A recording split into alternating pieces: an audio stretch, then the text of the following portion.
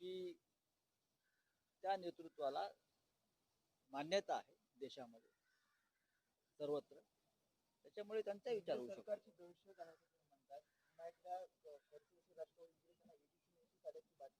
आमच्या शिवसेनेच्या लोकांनी आल्यात, जे तुमच्या विरोधामध्ये आहे, तुम्ही त्यांच्याशी राजकीय सामना करू शकत नाही, अशा लोकांना तुम्ही सीबीआय, ईडी, इन्कम टॅक्स अशा बळाचा वापर करून दमवण्याचा प्रयत्न करणार असाल तर ते होणार नाही. म्हणूनच विरोधी पक्षाने या देशातला एकत्र व्हावं आणि एक मजबूत संघटन उभं करावं अशी आमची भूमिका आहे. समजून घ्या, आम्ही असंच म्हटलंय की या देशातल्या सगळ्या विरोधी पक्षांनी एकत्र येण्याची गरज आहे. ज्या प्रकारचं वातावरण दिल्लीच्या सीमेवर दिसतंय तुम्हाला,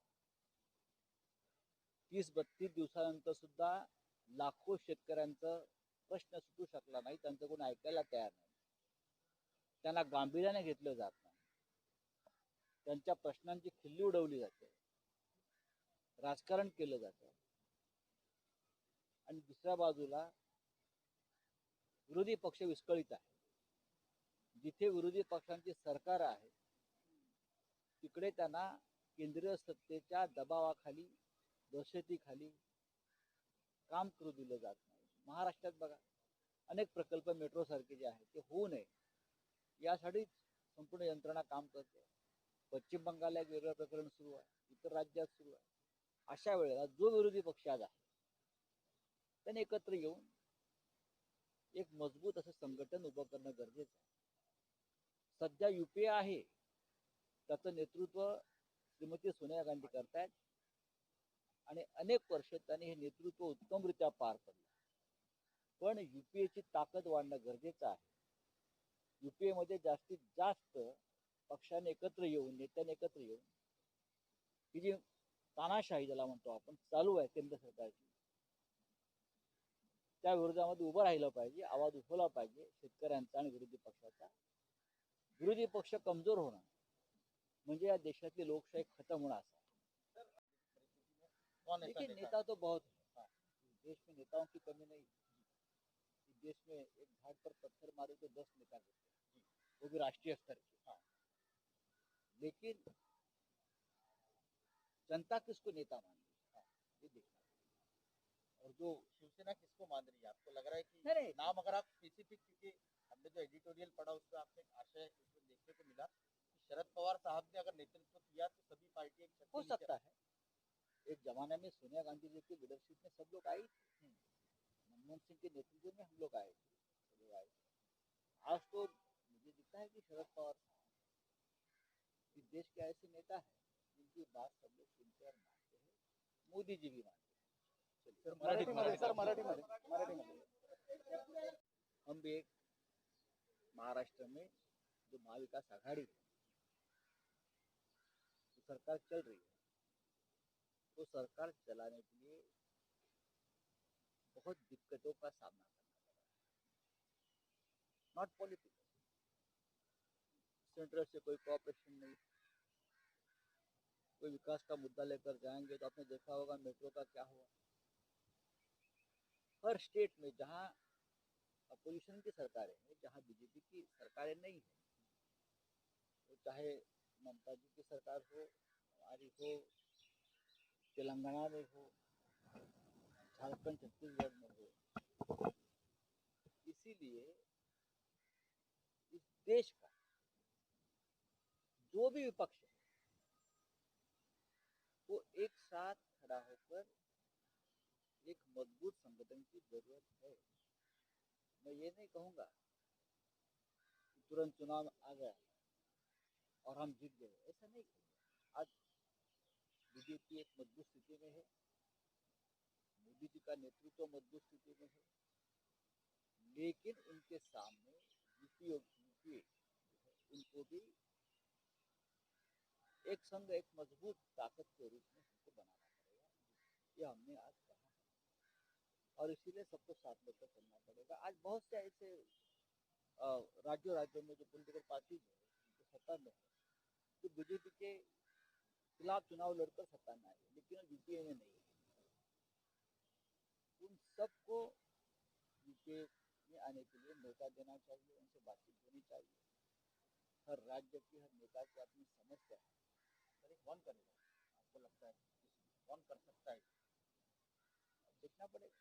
लेकिन आपको लगता है कि शरद पवार अगर ये सब इसमें आगे आते हैं तो निश्चित तौर पर आज तो यूपी की चेयरमैनशिप मैडम सोनिया गांधी जी के पास है। सोनिया गांधी जी ने इतने साल तक ये बहुत ही खूबी से संभाला है। सोनिया जी ने बहुत ही धीरज से और संकट काल में नेतृत्व भी किया है।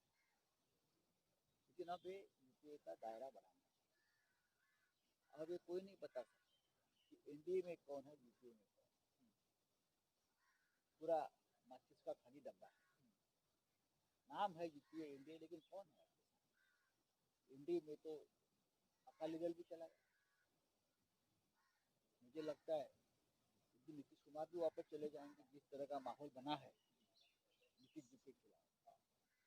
और यूपीए में कौन है कौन नहीं है, इस बारे में तो खोज करनी पड़ेगी। हम भी अब तक नहीं है यूपीए में। अब अकाली दल भी एनडीए से चला गया है। हाँ, ये ऐसी बहुत सी बातें, इसके ऊपर विस्तार से चर्चा करनी चाहिए। सभी अपोजिशन पार्टी, लेफ्ट हो राइट हो, जो भी हो, और उसका नेतृत्व कौन करेगा, क्या करेगा, जो सबको साथ लेकर चलेगा। शिवसेना को कौन लगता है कि साथ लेकर की सरकारें नहीं है, वो चाहे ममता जी की सरकार हो, हमारी हो, तेलंगाना में हो, झारखंड छत्तीसगढ़ में हो, इसीलिए इस देश का जो भी विपक्ष है वो एक साथ खड़ा होकर एक मजबूत संगठन की ज़रूरत है। मैं ये नहीं कहूँगा कि तुरंत चुनाव आ गया और हम जीत गए, ऐसा नहीं कहूँगा। आज बीजेपी एक मजबूत स्थिति में है, मोदी जी का नेतृत्व मजबूत स्थिति में है, लेकिन उनके सामने यूपीए जो है उनको भी एक संग, एक मजबूत ताकत के रूप में हमको बनाना पड़ेगा। ये हमने आज कहा है और इसीलिए सबको साथ लेकर चलना पड़ेगा। आज बहुत से ऐसे राज्यों में जो पॉलिटिकल पार्टीज है, जो सत्ता में है, जो बीजेपी के खिलाफ चुनाव लड़कर सत्ता में आए हैं, लेकिन वो यूपीए में नहीं है।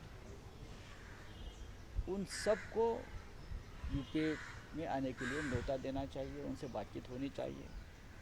हर राज्य की, हर नेता की अपनी समस्या है। सर कौन करेगा, आपको लगता है कौन कर सकता है? अब देखना पड़ेगा। लेकिन आपको लगता है कि शरद पवार अगर ये सब इसमें आगे आते हैं तो निश्चित तौर पर आज तो यूपी की चेयरमैनशिप मैडम सोनिया गांधी जी के पास है। जी, सोनिया गांधी जी ने इतने साल तक ये बहुत ही खूबी से संभाला है। सोनिया जी ने बहुत ही धीरज से और संकट काल में नेतृत्व भी किया है। लेकिन अब ये यूपीए का दायरा बढ़ाना चाहिए। अब ये कोई नहीं बता सकता कि एनडीए में कौन है, यूपीए में कौन है। पूरा माचिस का खाली डब्बा है। नाम है यूपीए एनडीए, लेकिन कौन है आपके साथ? एनडीए में तो अकाली दल भी चला गया। मुझे लगता है एक दिन नीतीश कुमार भी वापस चले जाएंगे, जिस तरह का माहौल बना है नीतीश जी के खिलाफ। और यूपीए में कौन है कौन नहीं है, उस बारे में तो खोज करनी पड़ेगी। हम भी अब तक नहीं है यूपीए में। अब अकाली दल भी एनडीए से चला गया है। हाँ, तो ये ऐसी बहुत सी बातें, इसके ऊपर विस्तार से चर्चा करनी चाहिए। सभी अपोजिशन पार्टीज, लेफ्ट हो राइट हो, जो भी हो, और उसका नेतृत्व कौन करेगा, क्या करेगा, जो सबको साथ लेकर चलेगा। शिवसेना को कौन लगता है कि आपको साथ लेकर चलने की फिलहाल की स्थिति में, राजनीतिक परिस्थिति में कौन ऐसा देखिए, नेता नेता तो बहुत है। हाँ, इस देश में नेताओं की कमी नहीं है। जी, इस देश में एक झाड़ पर पत्थर मारे तो 10 नेता गिरते हैं। जी, वो भी राष्ट्रीय स्तर के। हाँ, लेकिन जनता किसको नेता मानती है, हाँ। ये देखना पड़ेगा। और जो शिवसेना किसको मान रही है? आपको लग रहा है कि नहीं, नाम अगर आप स्पेसिफिक, क्योंकि हमने जो एडिटोरियल पढ़ा उसमें आपने एक आशय इसमें देखने को मिला कि शरद पवार साहब ने अगर नेतृत्व किया तो सभी पार्टी एक छत के हो नीचे- सकता है। एक ज़माने में सोनिया गांधी जी की लीडरशिप में सब लोग आए थे। मनमोहन सिंह के नेतृत्व में हम लोग आए थे, सब लोग आए थे। आज तो मुझे दिखता है कि शरद पवार साहब इस देश के ऐसे नेता हैं जिनकी बात सब लोग सुनते और मानते हैं, मोदी जी भी मानते हैं. चलिए. सर मराठीमध्ये सर मराठीमध्ये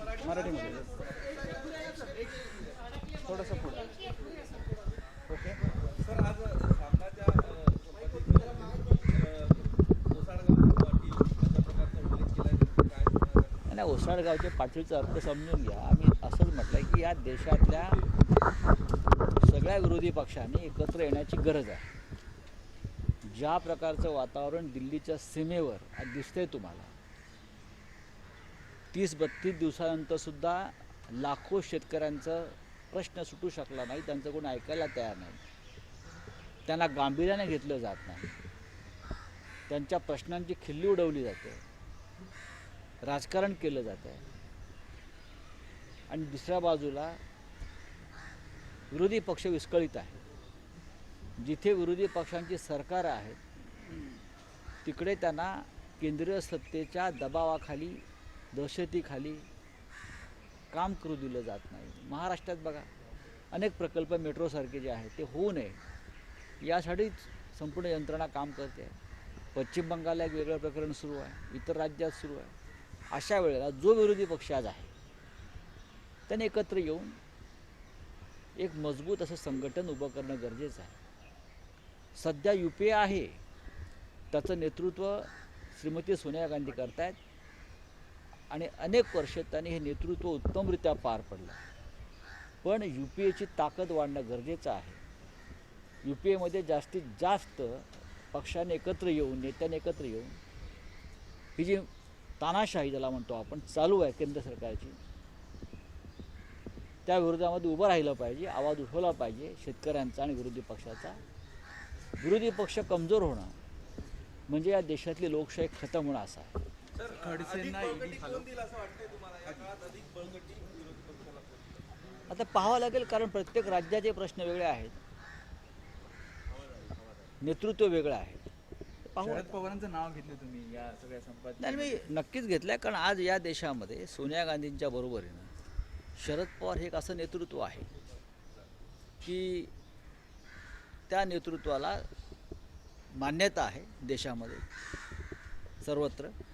त्याच्यामुळे त्यांचा विचार होऊ शकतो. सरकारची दहशत आहे असं तुम्ही म्हणतायत. पुन्हा एकदा खडसे जसे राष्ट्रवादीत गेले त्यांना ईडीची नोटीस आल्याची बातमी येते. आमच्या शिवसेनेच्या लोकांनी आल्यात ना, जे तुमच्या विरोधामध्ये आहेत, जे तुमच्या विरोधामध्ये आहेत, तुम्ही त्यांच्याशी राजकीय सामना करू शकत नाही, अशा लोकांना तुम्ही CBI, ED, इन्कम टॅक्स अशा बळाचा वापर करून नमवण्याचा प्रयत्न करणार असाल तर ते होणार नाही. म्हणूनच विरोधी पक्षानं या देशातला एकत्र व्हावं आणि एक मजबूत संघटन उभं करावं अशी आमची भूमिका आहे.